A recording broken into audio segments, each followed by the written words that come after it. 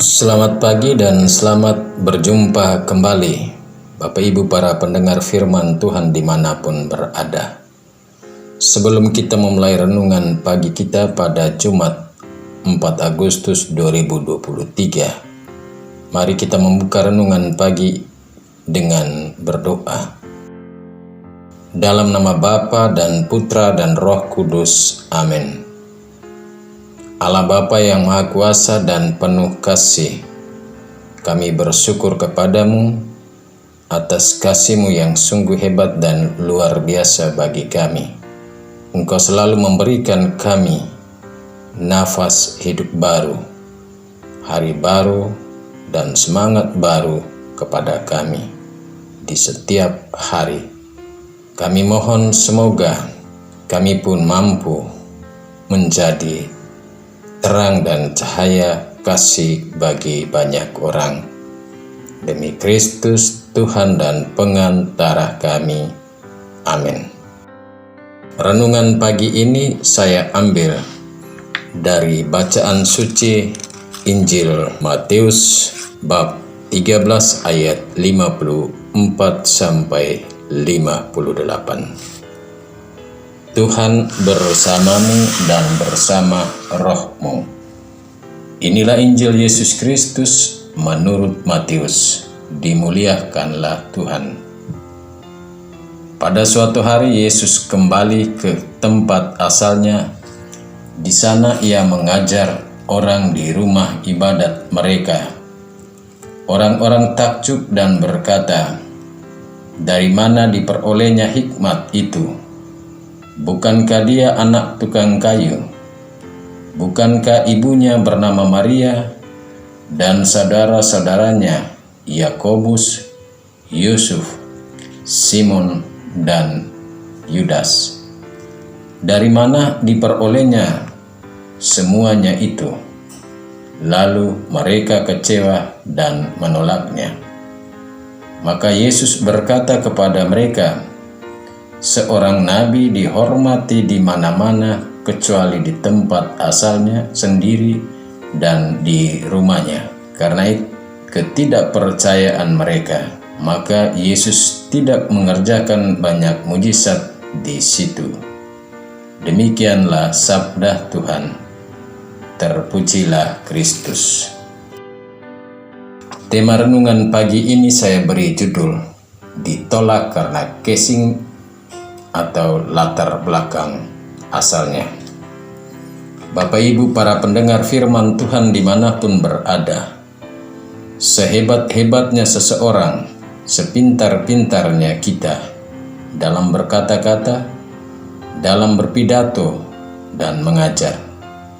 Tapi bila latar belakang dan dari mana asal kita juga turut atau ikut menentukan keberadaan dan pengakuan orang akan kita. Bila kita hebat berpidato dan mengajar, tapi latar belakang keluarga berasal dari turunan ningrat, orang-orang terhormat, maka kita mudah diterima. Tapi bila hanya berasal dari keluarga sederhana, miskin, dan biasa-biasa saja, maka kehadiran dan keberadaan kita tidak mudah diterima. Bapak Ibu para pendengar firman Tuhan dimanapun berada, Injil hari ini mengisahkan kepada kita tentang penolakan terhadap Yesus yang terjadi dan datang dari orang-orang sekampungnya dan juga dari rumahnya sendiri. Menarik bahwa Yesus yang pulang kampung setelah mengajar dan banyak melakukan mujizat di daerah-daerah luar kampung halaman.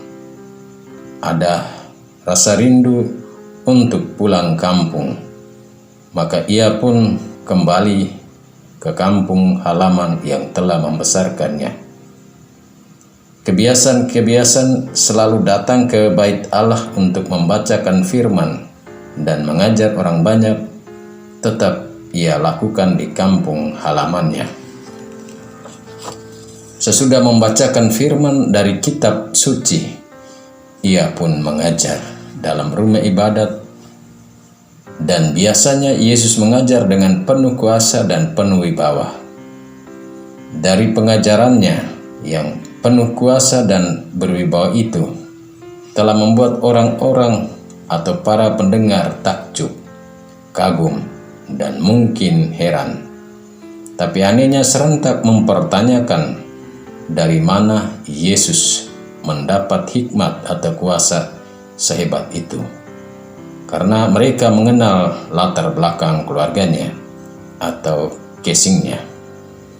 Karena tahu latar belakang keluarganya, seorang anak tukang kayu dan ibunya Maria serta saudara-saudaranya dari keluarga sederhana, maka kuasa mengajarnya diragukan. Mereka pun kecewa dan menolaknya. Penolakan terhadap diri dan kehadirannya serta pengajarannya membuat Yesus pun berkata kepada orang banyak dan para muridnya, seorang nabi dihormati di mana-mana, tetapi ditolak di tempat asalnya, bahkan di rumahnya sendiri. Ibu bapa, para pendengar firman Tuhan dimanapun berada, akibat ketidakpercayaan dan penolakan itu, Yesus pun tidak melakukan banyak mujizat di tanah asalnya. Meskipun di tempat-tempat lain ia banyak melakukan mujizat dan berbuat kasih. Bapak Ibu, para pendengar firman Tuhan dimanapun berada, sikap tidak percaya dan penolakan tersebut merupakan hal biasa dalam pentas kehidupan kita.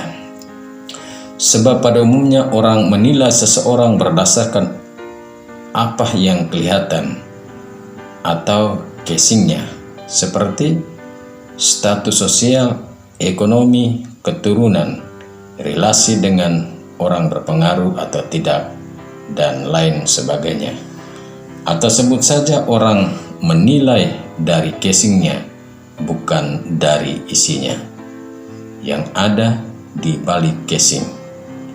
Jarang orang menilai berdasarkan kualitas pribadi dan kemampuan serta potensi seseorang.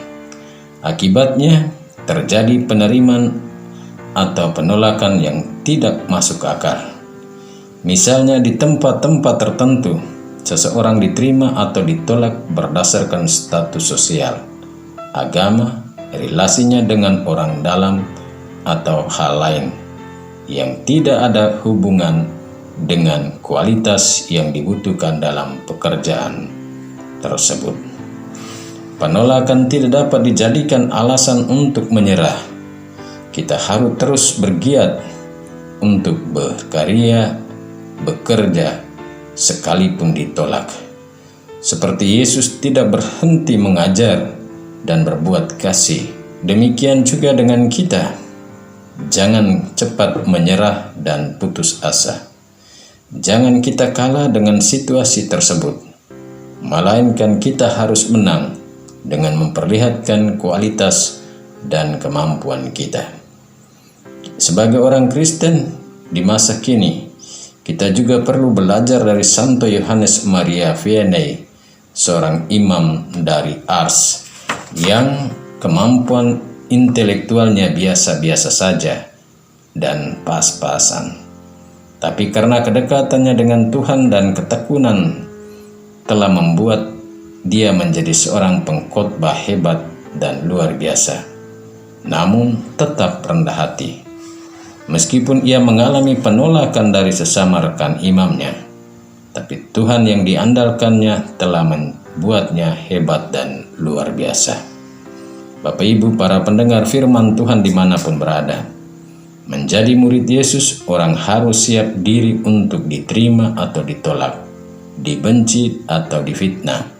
Karena Yesus yang kita imani dan percaya sebagai Tuhan, bagi kita telah lebih dahulu ditolak, dihina dan difitnah sejak dari dalam rahim saat dilahirkan hingga disalibkan. Amin. Marilah berdoa. Allah yang Maha Kuasa dan Kekal, kami bersyukur kepadamu karena Engkau sungguh besar bagi kami. Kami mohon, sertalah kami sepanjang hari ini dalam segala aktivitas kami, dan buatlah kami senantiasa menjadi berkat bagi banyak orang. Demi Kristus Tuhan dan pengantara kami. Amin. Marilah mohon berkat Tuhan.